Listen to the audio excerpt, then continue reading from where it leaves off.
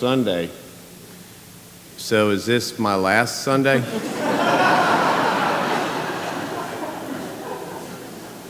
Does the search committee have something to tell us? No, that's a beautiful piece. 2 weeks after the resurrection, we come to the story of Thomas.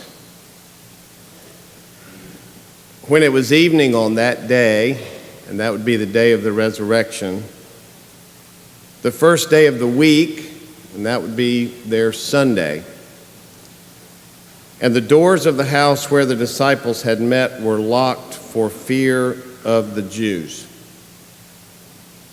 Jesus came and stood among them and said, "Peace be with you." And after he said this, he showed them his hands and his side. And then the disciples rejoiced when they saw the Lord. And Jesus said to them again, "Peace be with you. As the Father has sent me, so I send you." When he had said this, he breathed on them. And he said to them, "Receive the Holy Spirit. If you forgive the sins of any, they are forgiven them. If you retain the sins of any, they are retained." But Thomas, who was called the twin, one of the 12, was not with them when Jesus came. So the other disciples told him, "We've seen the Lord." But he said to them, "Unless I see the mark of the nails in his hands, and put my finger in the mark of the nails, and my hand in his side, I will not believe." A week later, his disciples were again in the house, and Thomas was with them. And although the doors were shut, Jesus came and stood among them and said, "Peace be with you." Then he said to Thomas, "Put your finger here and see my hands, and reach out your hand and put it in my side. And do not doubt, but believe." And Thomas answered him, "My Lord and my God." Jesus said to him, "Have you believed because you've seen me? Blessed are those who have not seen and yet have come to believe." Now Jesus did many other signs in the presence of his disciples, which are not written in this book. But these are written so that you may come to believe that Jesus is the Messiah, the Son of God, and that through believing you may have life in his name. The word of the Lord.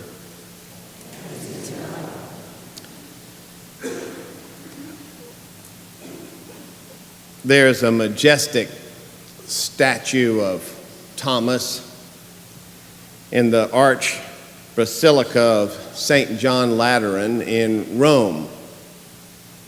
This is the church considered to be the Pope's church, older than St. Peter's, the oldest of the basilicas in Rome.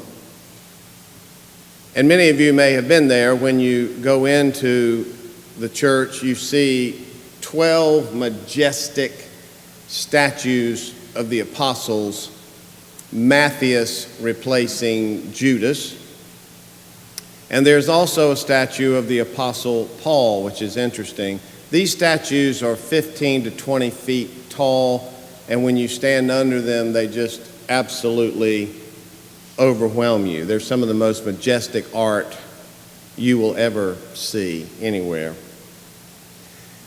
We came to Thomas's statue, and I noticed that he's not depicted as a person of doubt, like we often call him. What do we call him? Yeah, well, you won't anymore after this sermon.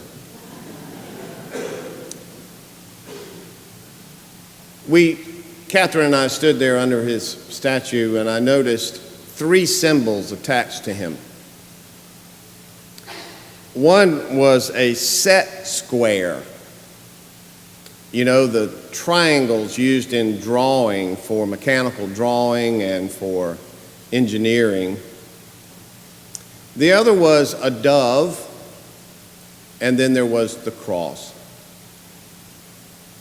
It just struck me that Thomas is here among these other 11 as not a doubter, but as a person of faith. And the more I thought about it, I thought there's nowhere in the Bible that says that Thomas was a builder, nor an architect or an engineer, so why the set square? Well, I went to where every good theologian goes to try to discover an answer to a question. I went to Google.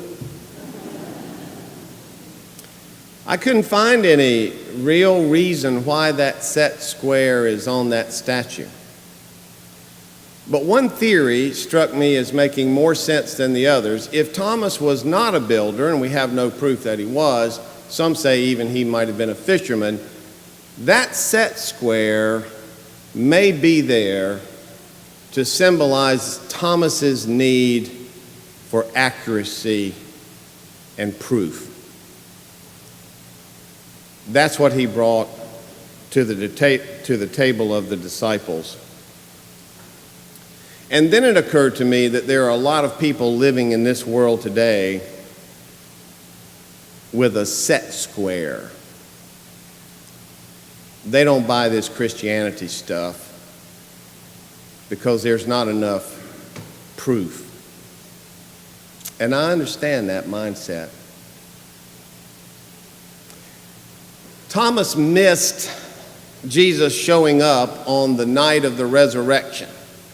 He was resurrected, or they discovered his resurrection at dawn. So this is in the evening of that same day, which was Sunday, which is the equivalent for them of our Monday morning, because their Sabbath is Saturday. So after their Sabbath, their Monday morning, or it was actually Sunday, the women discovered the empty tomb at dawn, and on that evening, Jesus shows up in probably what was the upper room, to where the disciples were locked up in fear that they've crucified our leader and we're next. We're next. He comes in some sort of not human fashion, and yet he seems to be human, and all of that is fodder for the skeptic, I know. And yet he has maintained the scars in his hands and in his side as proof that I am who I say I am. Thomas missed that meeting. Now, this is what happens when you skip church. Something very important may happen and you're not here. He identified himself to the 10 disciples. Judas has hung himself after his betrayal and not been replaced by Matthias yet. And Thomas is not there, so we have 10 disciples in this room, including Peter, who doubted or denied Jesus at the trial. Jesus does a weird thing. He breathes on them. Something about the breath of God. He distills something on them that they don't have. He empowers them with a spirit that doesn't belong to them. He equips them to be a church. In that moment, he empowers them to be different men than what they were before he entered that room. A week later, Jesus shows back up in that same room. 7 days later, he comes back to that same room. And in between, the disciples have told Thomas, who missed church, what had happened to them. We received the breath of the Holy Spirit came upon us, and he came into the room and he identified himself. And Thomas said, unless I get what you got, I'm not going to be where you are. Now, I personally don't find anything wrong with that. Thomas needed the same thing they got. They weren't men of great faith. They weren't giants in the spiritual world. They were squirrely little guys hiding behind a door in fear of being killed. So all Thomas said was, unless I get what you've got, I won't be where you are. Interesting, when he comes back to church the next week and Jesus enters the door and says, peace be with you, the first thing Jesus does is turn to Thomas. Note what he says to him and what he doesn't say to him. He turns to Thomas and says, Thomas, put your finger here and see my hands, and reach out your hand and put it here in my side. I don't want you to doubt anymore. I want you to believe. Now that's a very loving thing to do. I mean, Jesus could have come into the room and said a couple of things. Thomas, I'm so disappointed in you. I called you to be a disciple. I thought you had a lot of potential. Where were you last week? You skipped church. Were you playing golf? Where were you? I came and gave the Spirit to the disciples, and you're not here. Now you're here. Look, Thomas, I don't have room in my organization for a doubter. I don't have room in the church for a skeptic. So thank you for your services. You're dismissed. Why not? Why not do that?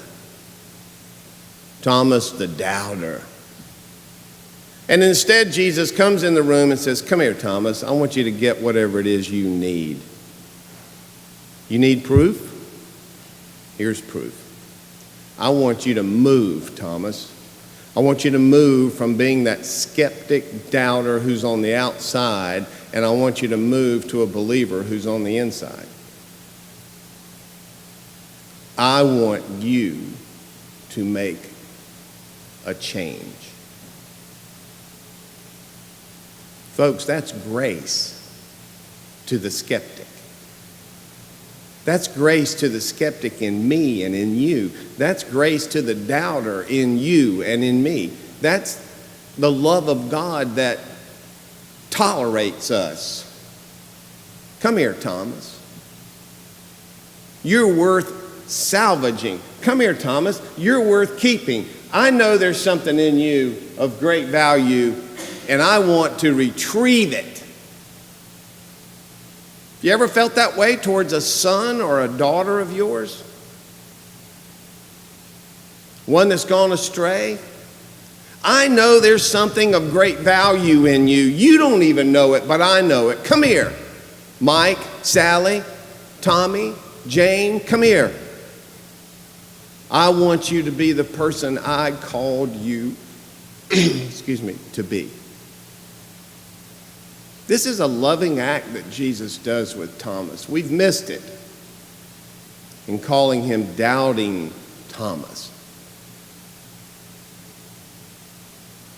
Thomas needed to experience what they experienced. He needed to know the resurrected Christ. He needed more than a church meeting, and so do you.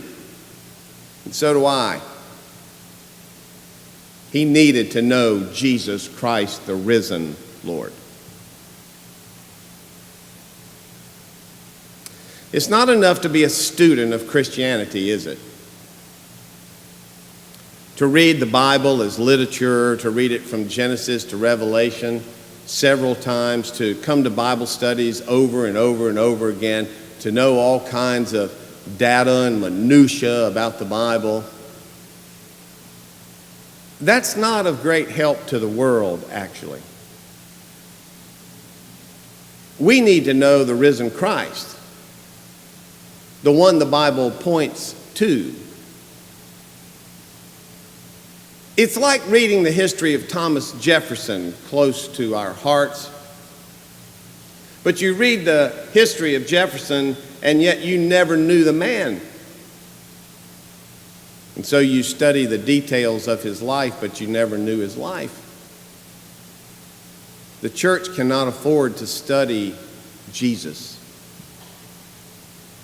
We need to know Jesus. We need to know him. And he's either resurrected or he's not. It's one or the other. If he's not, then this is all a colossal waste of time. If he is resurrected, we need to get into this room, and we need that breath breathed upon us. I would make the case today to drop the phrase doubting Thomas and to begin to call him searching Thomas. In fact, if Jesus were standing here right next to me and I were to call him doubting Thomas, I would imagine Jesus would look at me and say, "You say that one more time, I'm going to wash your mouth out with soap."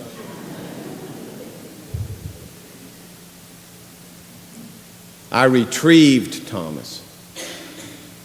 I gave Thomas the evidence that he needed. And did you notice this in the story I read to you this morning, that Thomas never put his finger in the wounds of Christ's hands? He never put his hand in the side of Christ because he didn't need to anymore. He didn't need to have the evidence. He needed the experience of Christ himself. And isn't that true for all of us? Don't we need what Thomas needed? In the 1930s, Dietrich Bonhoeffer, you know that name, I hope, the theologian, German theologian who opposed Hitler, and Hitler had the church under his belt, except for this group with Bonhoeffer. And Hitler had Bonhoeffer hung just before the war was over. It's kind of one of the last tragedies. Dietrich Bonhoeffer. In 1930, he lectured at Union Seminary in New York, not in Richmond, and Bonhoeffer made this kind of bone-chilling statement. He said, "In American theology, Christianity is still essentially religion and ethics. Because of this, the person and work of Jesus Christ must sink into the background and in the long run remain misunderstood because it is not recognized as the sole ground of radical judgment and radical forgiveness." That's awful.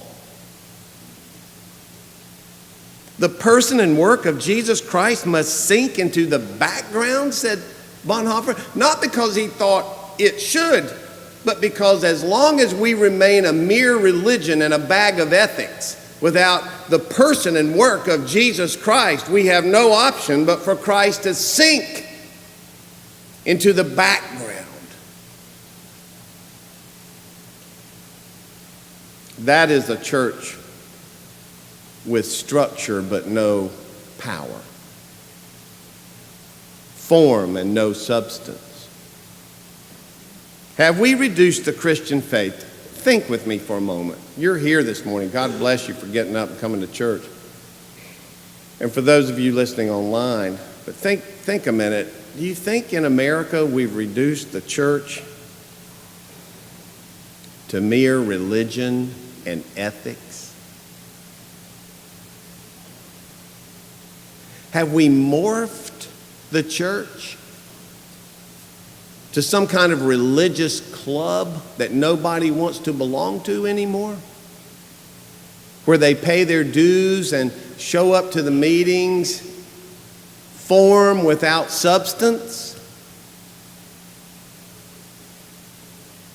Without knowing the resurrected Jesus Christ, the one that Thomas kept pushing to know, we are but a non-profit charitable organization that has good intent, but very little power or purpose to transform the world. Could that be why the church is shrinking in membership across America? Because people see us and think that is a museum, one to which I don't need to belong or be a patron. I need something that transforms and changes. You know what? I need to experience the resurrected Christ. Isn't that what Thomas said? Isn't that what the millennials are saying? Don't they have the voice of Thomas? Is it a bad thing to want to experience something powerful and meaningful and to not be a part of something that has lost its way? Oh, I think not. If the American church has any reason to stay open, it is not because we are good people, nor because we make society a better place because we're here. Do we make Richmond a better place because we're on this corner? And you no longer need a church for a wedding.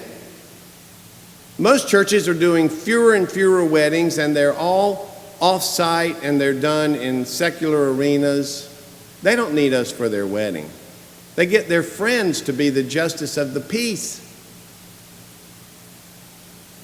Nor does the world need us for a funeral. Most people are cremating their loved ones and having what equates to a wake, where they gather someplace that had meaning and purpose to that person, i.e. not a church.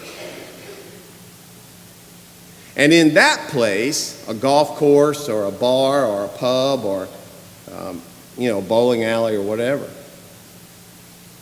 they lift up the ashes of John and talk about what a great guy he was. And there is no Jesus, there is no salvation, there is no grace of God, there's no church. This is going on in America. Because people look at the church, and I'm wondering if it's just because they don't see the resurrected Christ here. Then Bonhoeffer is right.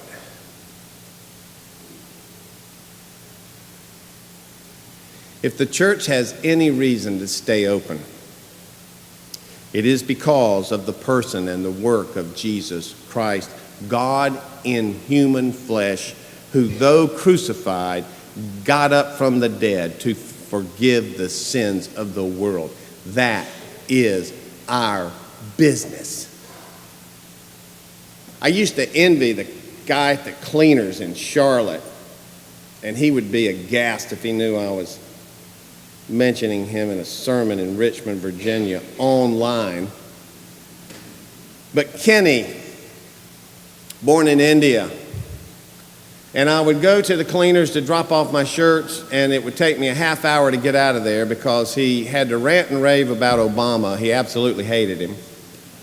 And I had to listen to that for 30 minutes, and then finally I'd get out of there and come back. And one day I said, Kenny, I envy you. He said, why? Why you envy me? You're a minister of a large church, and why would you envy a guy at the cleaners? And I said, because I come in here with my clothes and they're dirty, and I put them on your counter and you clean them. And I come back and give you money and you give them back to me. And he said, so what? I said, because that is so clear what you do. You don't try to sell me coffee. You don't try to sell me tires. You don't try to sell me a car. You do cleaning. I wish, Kenny, that the church was as clear about what she does in this world as you are clear about my cleaning. And then he went on to rant and rave about Obama.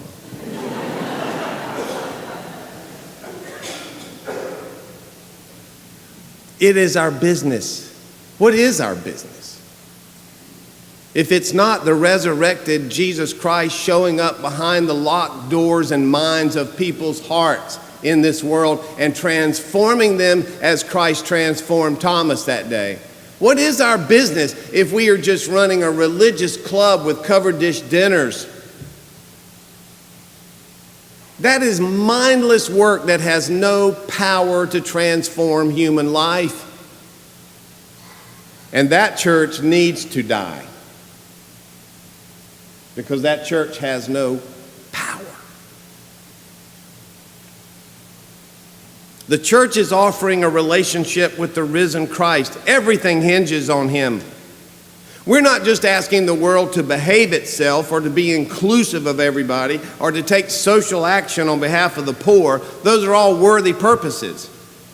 But we are powerless to do those things or to sustain them without the person of Jesus Christ, the breath of his Spirit. We've got to get into that room, or we will die. Funerals are going to kill the church unless this breath shows up. Thomas left that room a different man, not because he had thought through it or, read a book on theology and said, oh, now, yeah, I get it. No, that wasn't it. He left that room a different man, not because he was pious or a person of great faith. Shoot, he missed the church on the day of the resurrection. That's the one day you want to be here. No, the reason why Thomas left that room a different man was because he encountered Christ. That's the only reason anybody ought to come into this room. The rest of it's fluff. If the music doesn't point to him, it's powerless music. If the preaching doesn't point to him, it's powerless preaching. If the buildings don't produce things that honor and glorify him, then they're powerless buildings. If the budget is $6 million, but it doesn't accomplish anything, it's a powerless $6 million. Thomas was the first person in the Bible to call Jesus God. Did you know that? He didn't touch those wounds touched him. And he said this, my Lord and my God. That is a profession of faith. Thomas moved. He shifted. He called Jesus God. And his statue is there in Rome with all the others. Not a doubter. No. A man of great faith. It was personal. And maybe that's why there was a dove on that statue. I thought about that later. Why a dove? Because maybe Thomas experienced the peace of God in Jesus Christ. If Thomas were here today, and for all I know he is, I think he would say, bring your set square. Ask all your questions. Christ will sustain you. Thanks be to God.